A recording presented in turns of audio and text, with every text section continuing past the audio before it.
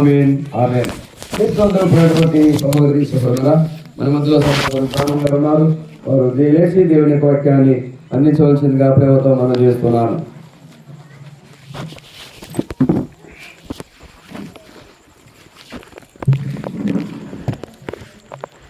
దేవునికి స్తోత్రములు. క్రీస్తునందు ఈ రాత్రికాల సమయంలో కూడి వచ్చిన సకల పరిశుద్ధులకును నాతోటి జత పనివారు బాబాయ్ గారికి మరి ముఖ్యంగా ఈ యొక్క కృతజ్ఞత కోడికి ఏర్పాటు చేసిన డేవిడ్ బాబాయ్ కుటుంబానికి మన రక్షకుడు ప్రభు అయినటువంటి యేసుక్రీస్తు నామమున మీ అందరికీ వందనాలు తెలియజేస్తూ ఉన్నాను. దేవుడు మన యొక్క జీవితంలో మరొక మంచి రోజుని ఈ రాత్రికాల సమయంలో మంచి వాతావరణాన్ని దేవుడు అనుగ్రహించి ఉన్నాడు. దాన్ని బట్టి కూడా మనము ఎల్లప్పుడూ కూడా దేవునికి కృతజ్ఞతలు చెల్లించే వారిగా ఉండాలి. మరి సహోదరులు ఎల్లబాబాయ్ గారు చెప్పిన రీతిగా కుటుంబం అన్న తర్వాత సంతోషం అనేది ఉంటుంది, సమాధానం అనేది ఉంటుంది, అలాగనే శ్రమలు అనేవి కూడా ఉంటాయి అని సహోదరులు తెలియజేసినారు. నిజంగా ఆదికాండం 2వ అధ్యాయం 24వ వచనంలో మనం చదువుకుంటూ ఉన్నప్పుడు తండ్రి అయినటువంటి దేవుడు అనాది సంకల్పంలోనే భూమి మీద ఒక కుటుంబం కావాలని దేవుడు కోరుకున్నటువంటి వాడిగా ఆదికాండ గ్రంథంలో మనం చూస్తూ ఉంటాం. కుటుంబంలో ఎవరెవరు ఉంటారు? భర్త ఉంటాడు, భార్య ఉంటూ ఉన్నది, ఆ తర్వాత దేవుడు ఇచ్చినటువంటి పిల్లలు ఉంటారు అన్నటువంటి విషయాన్ని ఆదికాండంలో మనము చదువుకుంటూ ఉంటాం. అందుకనే ప్రియులారా, ఈ యొక్క కుటుంబ వ్యవస్థ అనేది దేవుడు తన యొక్క సంకల్పము ద్వారా ఏర్పరిచినటువంటి ఒక గొప్ప బంధము అన్నటువంటి విషయాన్ని కూడా మనకు తెలియజేస్తూ ఉన్నది. ఏమంటాడు హెబ్రీలకు రాసినటువంటి పత్రిక 13:4లో, వివాహము అన్ని విషయంలో ఘనమైనది, పాన్పు నిష్కలంకమైనది. అంటే ఈ లోకంలో ఎన్ని విషయాలు ఉన్నప్పటికీ కూడా భార్యాభర్త అనే బంధము కానీ, ఆ తర్వాత దేవుడు ఆశీర్వదించినటువంటి దాన్ని బట్టి తల్లిదండ్రులుగా కావటం అనే ఆ బంధము కానీ, లేకపోతే అన్నదమ్ములు అన్నటువంటి ఆ బంధము కానీ, అక్క చెల్లెళ్ళు అన్నటువంటి ఆ బంధము కానీ, లేకపోతే మామ అల్లుళ్ళు అన్నటువంటి ఆ బంధము కానీ, లేకపోతే అనేకమైనటువంటి బంధాలు ఎవరేశారు అన్నటువంటి విషయాన్ని మనం ఆలోచన కలిగి ఉంటే, దేవుడేశాడు ఈ బంధాలని, ఎవరు కూడా వేయలేదన్నటువంటి విషయాన్ని కూడా మనం ఆలోచన చేయాలి. దేవుడేశాడా లేకపోతే మనకు ఒక వరుసలు పెట్టుకున్నామా? దేవుడే ఈ బంధాలను వేశాడు అన్నటువంటి ఆ సత్యాన్ని చూస్తాం. అలాగనే బైబిల్లో ఏమని ఉంటుందంటే, పుట్టుకతోనే మనం ఏమి నేర్చుకోలేనటువంటి వారమి. పుట్టుకతో ఏమైనా నేర్చుకుంటాం? మనము ఏమి నేర్చుకోలేము ఒక వ్యక్తి. అంతేకాదు మంచి నేర్చుకునేదే, ఆ తర్వాత చెడు కూడా నేర్చుకునేది, రెండు నేర్చుకునేవే. మంచి నేర్చుకునేదే, చెడు కూడా నేర్చుకునేదే. పుట్టుకతోటి ఏ మనిషి కూడా జ్ఞానము తెలివితేటలనేవి ఉండవు. తల్లిదండ్రులు పిల్లలకు నేర్పిస్తూ ఉంటారు. తల్లిదండ్రుల యొక్క మాట వింటేనేమో మంచి ప్రయోజకులు అవుతారు. తండ్రి మాట లెక్క చేయక లోకంలో వాడి ఇష్టానుసారంగా లేకపోతే ఆమె ఇష్టానుసారంగా ఈ లోకంలో ఉన్నట్టయితే పలాని వారి కుమారులు కుమార్తెలు పనికిమాలిన వారు అని చెప్పేసి లోకంలో నింద అనేది తల్లిదండ్రులకి వస్తూ ఉంటూ ఉన్నది. అందుకనే గ్రంథం ఏమని సెలవిస్తూ ఉన్నదంటే, ఎఫెసీయులకు రాసినటువంటి పత్రిక 3వ అధ్యాయము 14వ వచనంలో మనము చదువుకుంటే అపోస్తున్నటువంటి పౌలు అంటూ ఉన్నాడు. ఒకసారి చూడండి, ఎఫెసీయులకు రాసినటువంటి పత్రిక 3వ అధ్యాయం 14వ వచనంలో, ఈ హేతువు చేత పరలోకమందును భూమి మీదను ఉన్న ప్రతి కుటుంబము ఏ తండ్రిని బట్టి కుటుంబం అని పిలువబడుచున్నదో ఆ తండ్రి ఎదుట నేను మోకాళ్ళుని.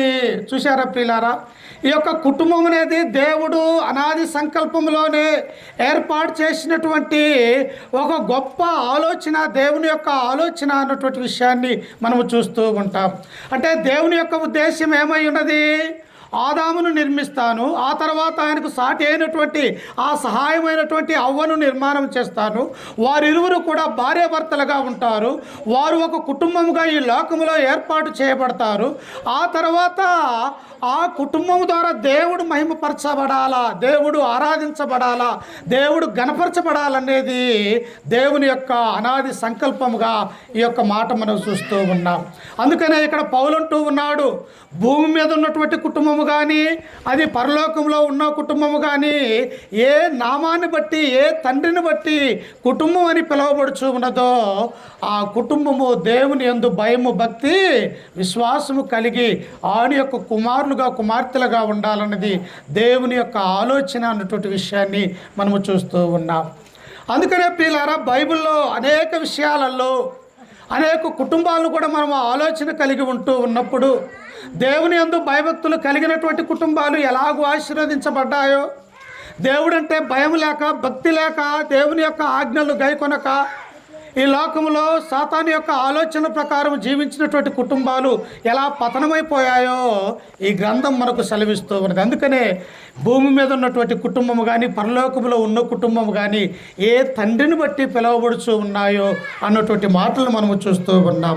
అందుకనే ఈ యొక్క రాత్రివేళ సమయంలో కుటుంబముగా మనము ఆశీర్వదించబడాలి అంటే, ఈ లోకంలో మనము అభివృద్ధి చెందాలి అంటే, మనము మొట్టమొదటిగా ఏం చేయాలా, ఎలా ఈ లోకంలో జీవించాలా అన్నటువంటి విషయాన్ని గురించి మనము ఆలోచన చేయబోతూ ఉన్నాం. చూడండి ఒకసారి నాతో పాటు పరిశుద్ధ గ్రంథంలో నుంచి 133వ కీర్తన మొదటి నుంచి మనము చదువుకుందాం. ఒకసారి చూడండి, కుటుంబంలో ఏముండాలా అన్నటువంటి విషయాన్ని అక్కడ కీర్తనాకారుడు మనకు తెలియజేస్తూ ఉన్నాడు.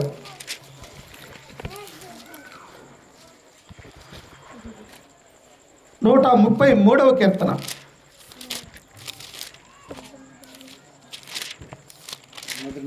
మొదటి నుంచి. సహోదరులు ఐక్యత కలిగి నివసించటం ఎంత మేలు, ఎంతో మనోహరము. అది తల మీద పోయబడి అహరోను గడ్డము మీదుగా కారి అతని అంగీల అంచు వరకు దిగజారిన పరిమళ తైలము వలె నన్ను. ఎలా ఉండాలంట ఈ లోకములో? అన్నదమ్ములైనటువంటి వారు కావచ్చు, రక్త సంబంధికులైనటువంటి వారు కావచ్చు, లేకపోతే నీతో పాటు క్రీస్తులోనికి వచ్చినటువంటి సహోదరులు కావచ్చు, ఎవరైనప్పటికీ కూడా ఎలా ఉండాలని దేవుడు కోరుకుంటూ ఉన్నాడు అంటే, సహోదరులు ఐక్యత కలిగి ఉండుట ఎంతో మేలన్నాడు. సహోదరులు అంటే ఎవరు? సహోదరులనుగా అర్థము ఒకే ఉదరములో నుంచి బయటకు వచ్చినటువంటి వారు, అంటే ఒక పొట్టలో నుంచి బయటికి వచ్చినటువంటి వారిని ఏమంటారంటే సహోదరులు అని పిలువబడుతున్నట్టుగా మనము చూస్తూ ఉన్నాం. అది అక్క చెల్లెలు కావచ్చు, అన్నదమ్ములు కావచ్చు, ఎవరు వచ్చినప్పటికీ కూడా ఒకే తల్లి గర్భాన ఒకే ఉదరములో నుంచి బయటకు వచ్చినటువంటి వారిని సహోదరులు అని గ్రంథం మనకు సెలవిస్తూ ఉంది. అంటే ఈ యొక్క కుటుంబం ఈ లోకములో దేవుడి చేత దీవించబడాలి అంటే మొట్టమొదటిగా ప్రాముఖ్యంగా కావాల్సినటువంటి ఇది ఏంటిది అంటే ఐక్యత కలిగి ఉండాలి. ప్రియులారా, ఎలా ఉండాలంట? ఐక్యత. భర్తనుడు భర్త మాట ఎవరు వినాలా? భార్య వినాలా. భార్య చెప్పే మాటలు ఎవరు వినాలా? పిల్లలు వినాలా. అప్పుడు ఆ కుటుంబం ఏమవుతుంది? భర్త యజమానుడుగా ఉంటున్నది, భర్తకు సహకారిగా భార్య ఉంటూ ఉన్నది. ఆ తర్వాత పుట్టినటువంటి పిల్లలు వీరి మాటలు వింటూ ఉన్నప్పుడు అక్కడ ఏం కనిపిస్తూ ఉన్నది? ఐక్యత అనేది ఉంటూ ఉన్నది. అలా కాకుండా తండ్రి మాట వినక తల్లి ఒక మాట విని పిల్లలు ఒక మాట చెబితే అక్కడ ఐక్యత ఉన్నట్టమ్మా? కాదు. అంటే దేవుడు కుటుంబంలో నుంచి ఏది కోరుకుంటూ ఉన్నాడు అంటే మీరు ఐక్యత కలిగి జీవించాలా. ప్రభువు కూడా అలాగనే ఉన్నట్టుగా మనము చూస్తూ ఉన్నాం. ఏమన్నాడు? యోహాను సువార్త 17వ అధ్యాయం 3వ వచనంలో మనం చదువుకుంటే ప్రభు అయినటువంటి యేసుక్రీస్తు వారు ఒకసారి చూడండి, ఆయన ఎలా ఐక్యత కలిగి ఉన్నాడు బైబిల్ యొక్క గ్రంథం మనకు తెలియజేస్తూ ఉన్నది.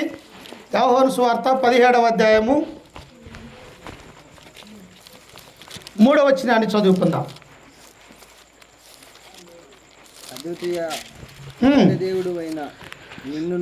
అద్వితీయ సత్యదేవుడు అయిన నిన్నును నీవు పంపిన యేసుక్రీస్తును ఎరుగుటయే నిత్య జీవము, చేయుటకు నీవు నాకు ఇచ్చిన పని నేను సంపూర్ణముగా నెరవేర్చి.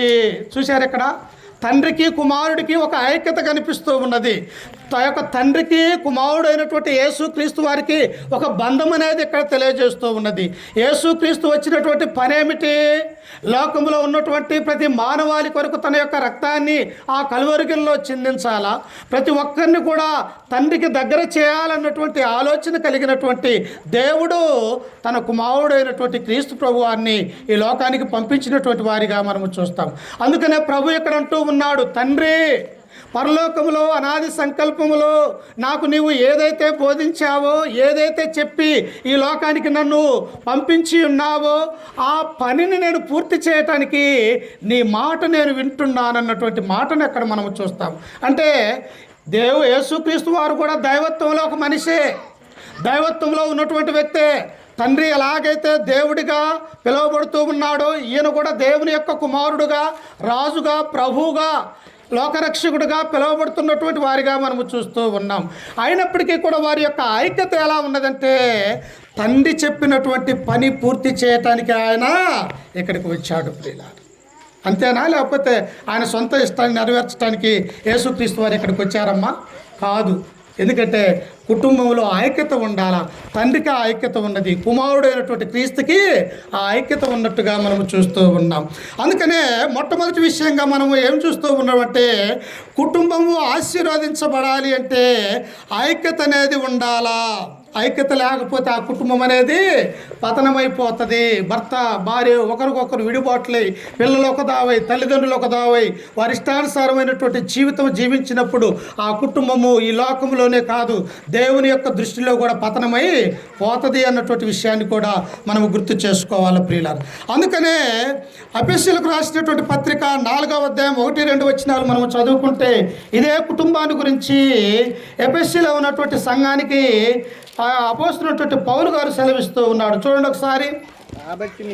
కాబట్టి మీరు సమాధానమును బంధము చేత ఆత్మ కలిగించు ఐక్యమును కాపాడుకొనుట యందును శ్రద్ధ కలిగిన వారై ప్రేమతో ఒకరినొకడు సహించుచు. ఏం చేయాలంట? ఐక్యత గురించి మనము చూస్తూ ఉన్నాం మొట్టమొదటి విషయము. అలాగనే సంఘానికి క్రీస్తుకున్నటువంటి ఐక్యత గురించి కూడా ఆలోచన కలిగి ఉంటూ ఉన్నాం. సంఘం ఏమన్నాడు ఆయన? మత్తయి సువార్త 16వ అధ్యాయం 18వ వచనంలో ఆయన అంటాడు, ఇదిగో నీవు పేతురువు, ఈ బండ మీద నా సంఘమును కట్టుదును అన్నాడు. అంటే సంఘానికి క్రీస్తుకు ఒక బాంధవ్యం ఉన్నది. సంఘము క్రీస్తు యొక్క శరీరం అయితే ఆ యొక్క శిరస్సు ఎవరు? యేసుక్రీస్తు అన్నటువంటి సత్యాన్ని కూడా ఆయన తెలియజేస్తూ ఉన్నాడు.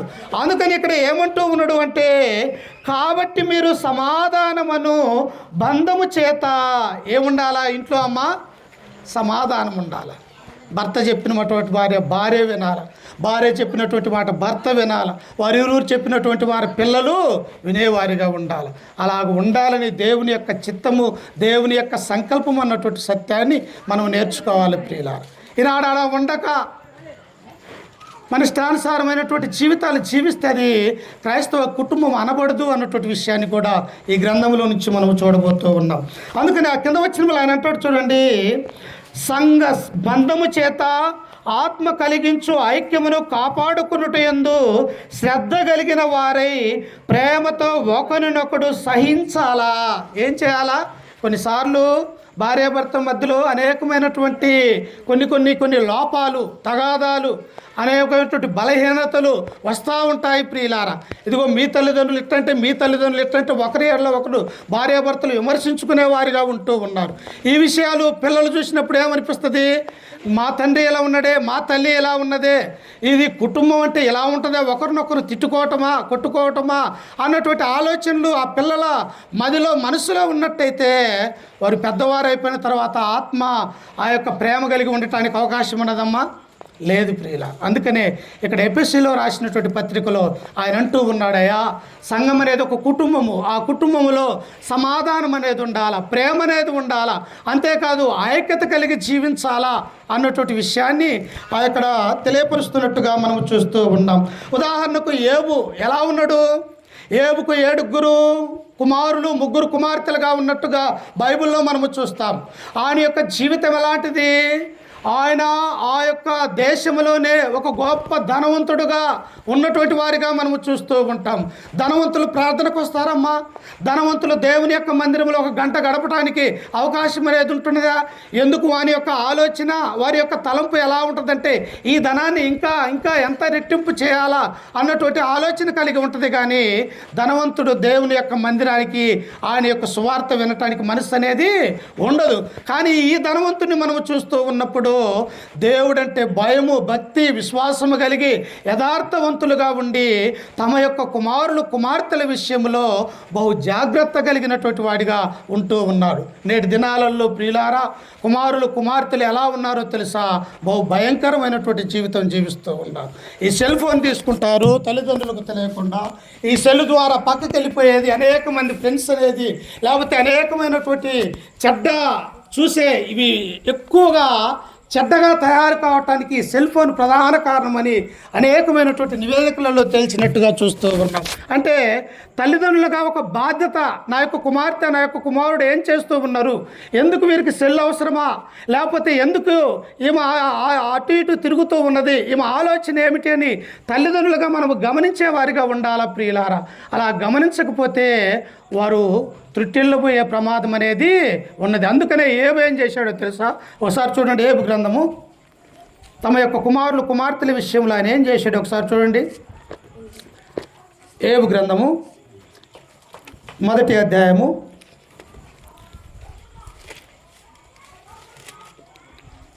4వ వచనాన్ని చదువుకుందాం. అతని కుమారులందరూ వంతుల చెప్పున అనుదినము ఒకరికొకరు తమ ఇళ్లల్లో విందు చేయనై కూడినప్పుడు తమ 3 ఆడ తోబుట్టువులను తమతో కలిసి అన్నపానములు పుచ్చుకొనవలనని వారిని పిలిపించుచూ వచ్చిరి. ఇక్కడ ఐక్యత కనిపిస్తూ ఉన్నదా? 10 మంది ఉన్నారు ఒక సంతానముగా. ఎంతమంది? ఏబు యొక్క భార్యకు దేవుడిచ్చినటువంటి వారు 7 కుమారులు 3 కుమార్తెలుగా ఉంటూ ఉన్నారు. ఈ యొక్క ఏబు ఏం చేస్తూ ఉన్నాడు? ఎక్కడ నా కుమారులు తప్పిపోతారేమో యవనస్తులుగా ఉండి, ఎక్కడ నా యొక్క కుమార్తెలు ఈ లోకంలో తప్పిపోయినటువంటి వారిగా ఉంటారేమని వంతులు చెప్పున ఏం చేస్తూ ఉన్నారు అంటే, ఒక్కొక్కరు ఒక్కొక్క వారము దగ్గర అక్కడ కూర్చొని తండ్రి అయినటువంటి దేవునికి బలర్పిస్తూ అక్కడ ప్రార్థనా కూటముగా ఏర్పాటు చేస్తూ ఉన్నారు ప్రియులారా. అంటే ఒక ఐక్యత, దేవుని యందు భయము, ఒక భక్తి, విశ్వాసం అనేది అబ్రహాం యొక్క కుటుంబంలో తమ యొక్క కుమారులు కుమార్తెల విషయంలో ఇక్కడ చూస్తున్నట్టుగా మనము చూస్తూ ఉన్నాం. అంతేకాదు వారికి ఉన్నటువంటి కుమారులు ఏం చేస్తూ ఉన్నారంట? తమ యొక్క చెల్లెళ్ళైనటువంటి వారిని ఒక్కొక్క కుటుంబానికి తీసుకుని వచ్చేది, వారందరూ కలిసి ఆ తండ్రి అయినటువంటి దేవుణ్ణి మహిమపరుస్తూ ఉన్నారు. ఈనాడు కుటుంబం అంటూ ఉన్నాము, కానీ భార్య కూర్చొని ప్రార్థన చేస్తే భర్త కూర్చోడు, వారిద్దరు కూర్చుంటే పిల్లలు ఎక్కడెక్కడో తిరుగుతూ ఉంటారు. అసలు అందరూ కలిసి కూర్చొని రాత్రి వేళ సమయం కావచ్చు, లేకపోతే పగటి వేళ సమయం కావచ్చు, 1 గంటన్న దేవుని యొక్క సన్నిధానములు, ఇవి దేవుని మాటలయ్యా, ఈ మాటలు మన కొరకే. ఈ లోకం అనేది అశాశ్వతమైనది, శాశ్వతము నిత్యమైనటువంటి ఆ పరలోక రాజ్యము దేవుడు మనకిచ్చాడు. ఇదిగో ఈ ఒక్క వాక్యము మనము చదువుకోవాలా, దేవుని యొక్క జ్ఞానం అనేది వస్తుంది అని మన పిల్లలకు మనము చెప్పేవారిగా ఉన్నామా అని ఒకసారి మనం ఆలోచన చేయాలి. ఎందుకు ఈనాడు తల్లిదండ్రులను పిల్లలు ఎదిరిస్తూ ఉన్నారు? ఎందుకు తల్లిదండ్రుల యొక్క మాటకు వారు లోబడటం లేదు? వారి ఇష్టానుసారమైనటువంటి జీవితం ఎందుకు జీవిస్తూ ఉన్నారంటే, వారికి దేవుని గురించినటువంటి జ్ఞానం అనేది లేనటువంటి వారిగా మనం చూస్తాం. అందుకనే హోషేయ గ్రంథం 4వ అధ్యాయం 6వ వచనంలో ఏమంటాడు? నా జనులు జ్ఞానము లేకే నశించి పోవచ్చున్నారు. అంటే జ్ఞానం ఉంటే తల్లిదండ్రుల మాట వింటారు, జ్ఞానం ఉంటే ఎవరు చిన్న పెద్ద గురించి ఆలోచిస్తారు, జ్ఞానం ఉంటే ఎక్కడ ఏం మాట్లాడాలి అనేది ఉంటుంది, జ్ఞానం ఉంటే పాపం అనేది చేయదు. జ్ఞానం లేకే నా యొక్క ప్రజలు నశించిపోతూ ఉన్నారు అని దేవుడు ఇశ్రాయేలు ప్రజల నిమిత్తమై ఎంతో బాధపడ్డటువంటి వారిగా మనం చూస్తాం. కానీ ఇక్కడ ఏబు ఎలా ఉన్నాడో తెలుసా? ఇంకా చూడండి కింద వచనంలో ఆయన ఎలా ఉన్నాడో. 5వ వచనంలో వారి వారి విందు దినములు పూర్తి కాగా యోబు తన కుమారులు పాపము చేసి తమ హృదయములో దేవుణ్ణి దూషించుదురేమో అని వారిని పిలవనంపించి వారిని పవిత్రపరిచి అరుణోదయమున లేచి వారిలో ఒక్కొక్కని నిమిత్తమై దహన బలి అర్పించుచు వచ్చెను. యోబు నిత్యము అలాగునా చేయుచుండెను. ఎవరిక్కడ బాధ్యత తీసుకున్నది? ఈనాడు పురుషులు ఏమంటారో తెలుసా? నేను మగోడిని, నేను పురుషుణ్ణి, ఇదిగో పిల్లలు నువ్వు చూసుకోవాలని స్త్రీలకు చెబుతూ ఉన్నారు. కానీ అసలు బైబిల్ గ్రంథం ఏమని సెలవిస్తూ ఉన్నదో తెలుసా? పురుషుడైనటువంటి వాడే ఆ బాధ్యత తీసుకొని భార్యని పిల్లల్ని కూర్చోబెట్టుకొని వాక్యం నేర్పించాలి. ఇది దేవుని యొక్క చట్టము, దేవుని యొక్క గ్రంథం ప్రియులారా. కానీ ఈనాడు ఎక్కడ చూసినా స్త్రీలు మాత్రమే దేవుని యొక్క సన్నిధానంలో ఉన్నారు, పురుషులు రాలేకపోతూ ఉన్నారు. ఇది మరీ దౌర్భాగ్యమైనటువంటి స్థితి ప్రియులారా. అందుకని ఇక్కడ యోబు ఎలా ఉన్నాడట? వారిలో ఒక్కొక్కరి నిమిత్తమై దేవుణ్ణి దూషించుదురేమో అని వారిని పిలవనంపించి వారిని పవిత్రపరిచి. ఎక్కడ నేర్చుకున్నాడు ఈ విషయము? అబ్రహాము కాలములో జరుగుతున్నటువంటి ఈ విషయాన్ని, దహన బలులు అనేవి అబ్రహాము కాలములో, బలిపీఠం అనేది అబ్రహాము కాలములో జరిగిస్తున్నటువంటి ఈ విషయము అన్యదేశంలో ఉన్నటువంటి ఈ యొక్క యోబు తమ యొక్క కుమారులు కుమార్తెలు ఎక్కడ దేవుణ్ణి దూషించి పాపము చేస్తారో అన్నటువంటి ఆలోచన కలిగి ప్రతి నిత్యము కూడా ఆయన దేవునికి దహన బలుల్ని అర్పించేవాడిగా ఉన్నాడు ప్రియులకు. అలా ఉంటే ఎలా ఉంటుంది? కుటుంబంలో తండ్రి, తల్లి, కుమారులు, కుమార్తెలు ఉండి ఉదయం లేచిన దగ్గర నుంచి అయ్యా వందనాలు, అమ్మ వందనాలు, ఇదిగో ఈరోజు ఏం పని ఉన్నది, ఎక్కడికి వెళ్ళాలా, ఇదిగో ఎక్కడికి వెళ్ళేవారు అక్కడికి వెళ్ళండి, చదువుకి వెళ్ళారు చదువుకి, కాలేజీకి వెళ్ళారు కాలేజీకి, పనికి వెళ్ళారు పనికని ఉదయం లేచిన దగ్గర నుంచి బైబిల్లో ఒకరికొకరు చెప్పుకున్నట్టు వందనాలు చెప్పుకుంటూ ఉంటే ఆ కుటుంబము ఎంత సువాసన కలిగినటువంటి కుటుంబంగా ఉంటుందో ఒకసారి ఆలోచన చేయండి ప్రియులారా. ఎన్నోసార్లు కుటుంబాల గురించి తెలియజేస్తూ ఉన్నాం, వింటూ ఉన్నాం. ఈ చెవు ద్వారా వింటూ ఉన్నాం, మరొక చెవు ద్వారా దాన్ని వదిలివేస్తూ ఉన్నాం. కానీ దేవుని యొక్క వాక్యాన్ని ఏం చేయాలా? హృదయంలో భద్రపరుచుకోవాలా. ఈరోజు చెప్పినటువంటి అంశం ఏమిటి?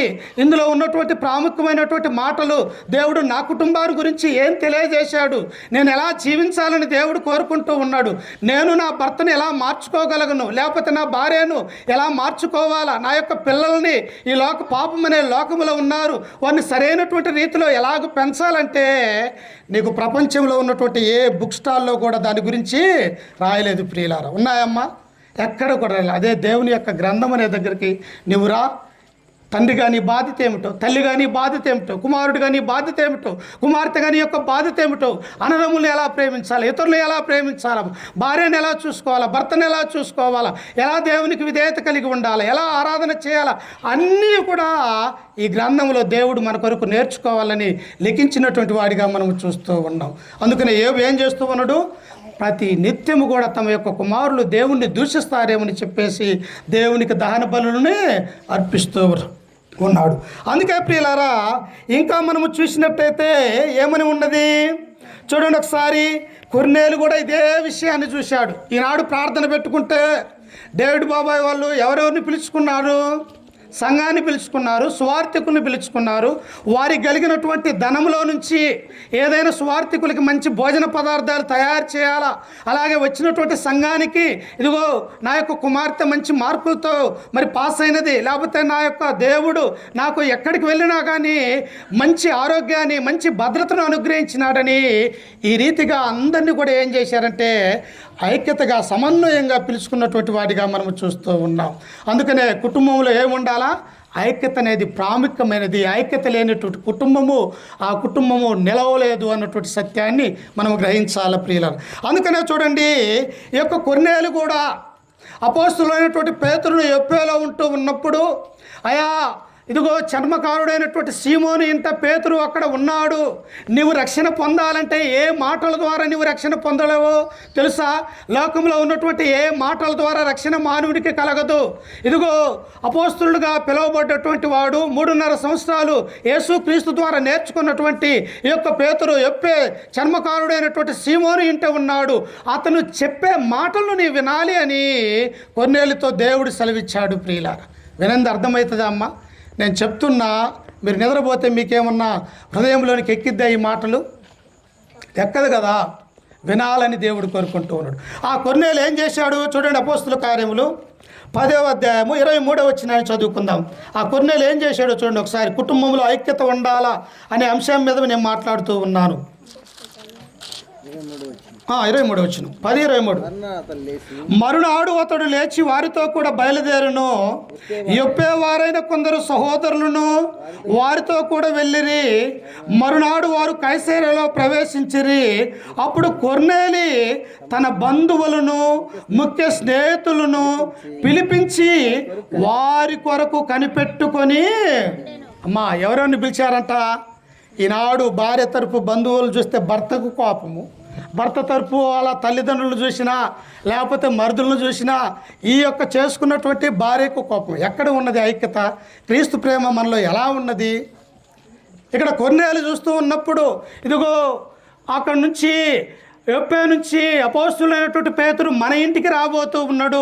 ఆయన దేవుని యొక్క మాటలు తెలియజేయబోతూ ఉన్నాడు. క్రొత్త నిబంధన యొక్క చట్టాన్ని మనకు తెలియజేసి మనల్ని రక్షణలోకి మన యొక్క కుటుంబాన్ని నడిపించబోతూ ఉన్నాడు అని ఎవరెవరిని పిలుచుకున్నాడంట? ఈ యొక్క కొర్నేలి బంధువులను, రక్త సంబంధికులను, అలాగనే స్నేహితులను తన ఇంటిలోనికి పిలిపించుకొని దేవుని యొక్క వాక్యం వినటానికి అక్కడ కూడి ఉన్నారు. ప్రియులారా, ఈనాడు అలాగ నువ్వు పిలిపించుకుంటూ ఉన్నావా? నీ బంధువుల్ని, నీ రక్త సంబంధికుల్ని, నీ అన్నదమ్ముల్ని, లేకపోతే సంఘంలో ఉన్నటువంటి వారిని అనేక మందిని కూడా, అయా ఈరోజు నా కుటుంబంలో ప్రార్థన, నా యొక్క కుటుంబంలో నాకు దేవుడు చేసినటువంటి మేళ్ళ నిమిత్తమై దేవునికి కృతజ్ఞాస్తులు చెల్లిస్తూ పోతూ ఉన్నాను. నాకు కలిగిన ఆనందంలోను సంతోషంలోను మీరందరూ కూడా దేవుని యొక్క వాక్యాన్ని వినాలని, నేను ఎలాగైతే ఈ కుటుంబం ద్వారా దేవుని యొక్క వాక్యం విని రక్షింపబడుతూ ఉన్నాను, మీరు నాలాగే రక్షింపబడాలన్నటువంటి ఆలోచన ఈనాడు ఎవరికన్నా ఉన్నదమ్మా? లేకపోతే మనము క్రైస్తవులుగా స్వార్థపరులుగా ఉంటూ ఉన్నామా? లేదు, నేనే బాగుపడాలా, లేకపోతే నేనే రక్షింపబడాలా, ఇతరులు నాశనమైపోవాలన్నటువంటి ఆలోచన నేటి క్రైస్తవులలో ఎక్కువగా ఉన్నట్టుగా చూస్తూ ఉన్నాం. అలా ఉండకూడదు ప్రియులారా. అందుకనే దేవుడు ఏమన్నాడో తెలుసా? ఐక్యత, సమాధానం అన్నటువంటి బంధము చేత మీరు జాగ్రత్త కలిగి ఉండాలని ఎఫెసీలో ఉన్నటువంటి సంఘానికి అపోస్తులైనటువంటి మరి పౌలు గారు తెలియజేస్తూ, ఇక్కడ కూడా ఎవరున్నారు? ఆ యొక్క బంధువుని పిలుచుకున్నాడు, రక్త సంబంధికుని పిలుచుకున్నాడు, ముఖ్యమైనటువంటి స్నేహితుల్ని పిలుచుకున్నాడు. ఇప్పుడు వాక్యం వినటానికి ఆయన ఎదురు చూసేవారిగా ఉంటూ ఉన్నారు. ఈనాడు పాటలు పాడేంత వరకు బాగానే ఉంటారు, కానీ ఈ స్వార్థికుడు లేచి మైకు పట్టుకున్నట్టు ఎదురొచ్చేస్తుంది ప్రియులారా. ఎందుకు? నీలో సాతాను అనేది దూరుతూ ఉన్నది.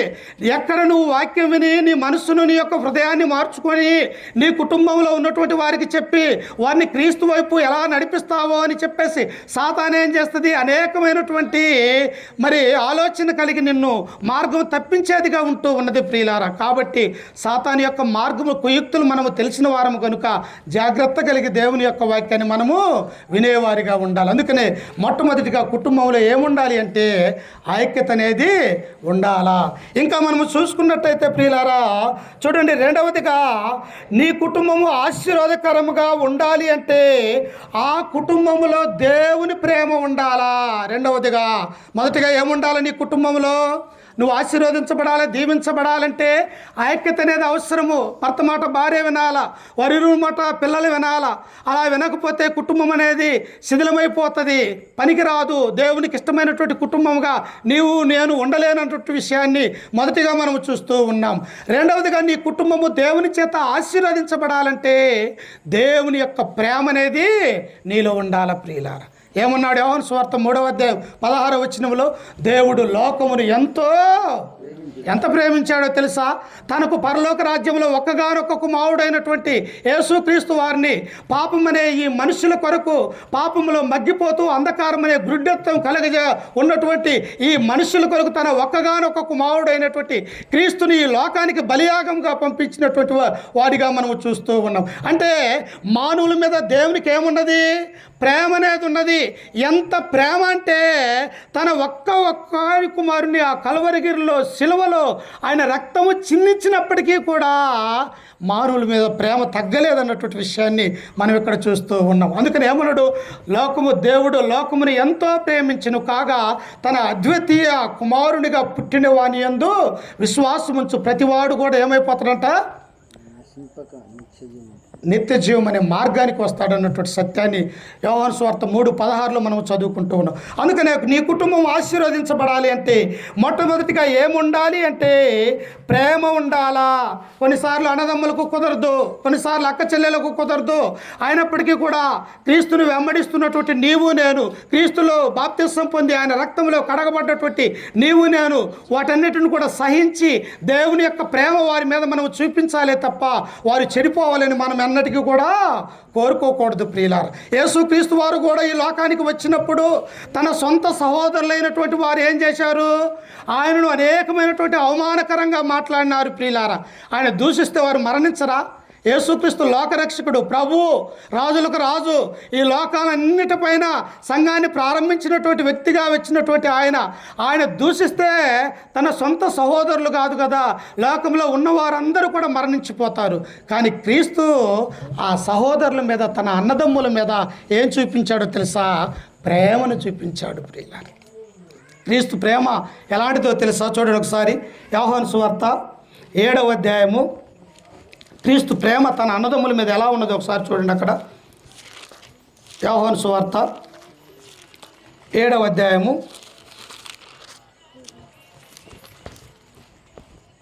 3వ వచనాన్ని చదువుకున్నాం. ఆయన సహోదరులు ఆయనను చూసి నీవు చేయుచున్న క్రియలు నీ శిష్యులు చూచున్నట్లు ఈ స్థలము విడిచి యోదయకు. చూశారా ప్రియులు? ఎవరన్నా దేవుని యొక్క కుమారుడు, దేవుడిగా పిలువబడుతున్నటువంటి వాడిని ఇంట్లో నుంచి వెళ్ళిపోమ్మని చెబుతారమ్మా. అందుకనే క్రీస్తు అంటాడు, అయ్యా నీవు ఎక్కడికి వెళ్ళినా నీ వెంబటి నేను వస్తానయ్యా, నీతో పాటే ఉంటా, నీతో పాటే పడుకుంటా, నీతో పాటే తింటానని ఒక సహోదరుడు అడిగినప్పుడు ప్రభు ఏమన్నాడో తెలుసా? నక్కలకు బొరేలుండును, ఆకాశ పక్షులకు గూళ్ళుండును, మనుష్య కుమారుడు నివసించడానికి స్థలము లేదన్నాడు. భూమి అంతా అయింది, ఆకాశం అంతా అయింది, సూర్యచంద్ర నక్షత్రములు సమస్త మానవాళి ఆయన కొరకే దేవుడు నిర్మించినటువంటి వారిగా మనము చూస్తాం. కానీ ఆయనకి ఏమీ లేదంట, ఆయనకు స్థలం అనేది లేదు. ఎక్కడ పుట్టాడు ఆయన? పశువుల తొట్టిలో, పశువుల పాకలో. ఆయన యొక్క మరణము వేరొకని కొరకు తెలిపించినటువంటి సమాధిలో ఆయనను పరుకోబెట్టినట్టుగా మనము చూస్తూ ఉన్నాం. ఇక్కడ కూడా ఆయన యొక్క సహోదరులు ఏమంటూ ఉన్నారో తెలుసా?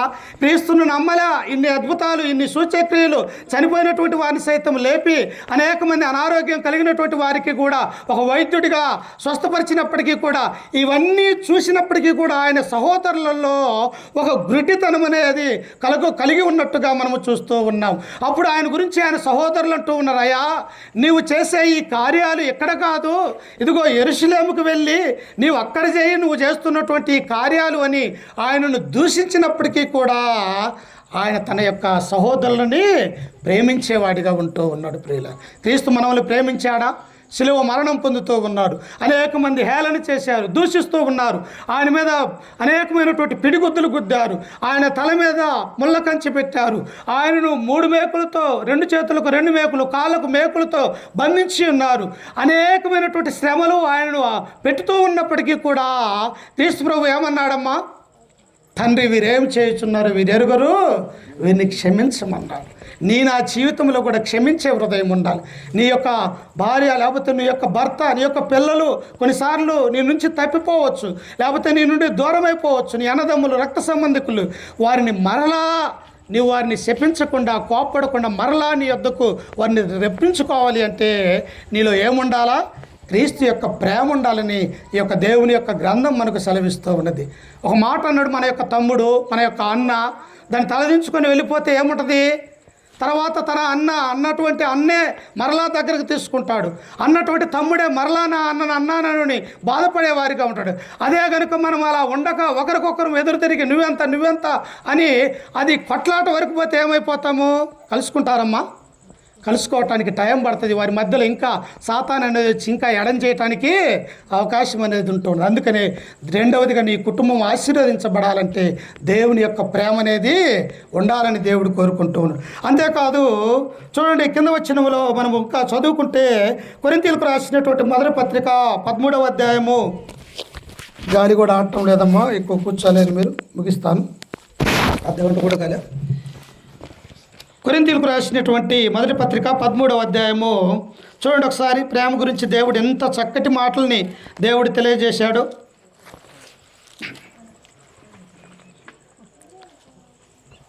13:3 బీదల పోషణ కొరకు నా ఆస్తి అంతయు ఇచ్చినను, కాల్చబడుటకు నా శరీరమును అప్పగించినను, ప్రేమ లేని వాడనైతే నాకు ప్రయోజనము ఏమీ లేదు. నీ తమ్ముడికి, నీ అన్నదమ్ములకు, నీ అక్క చెల్లెలకి నీవెంత పెట్టినప్పటికీ కూడా నీలో ప్రేమ లేకపోతే నువ్వు పెట్టిందంతా కూడా నిష్ప్రయోజనం ప్రియులారు.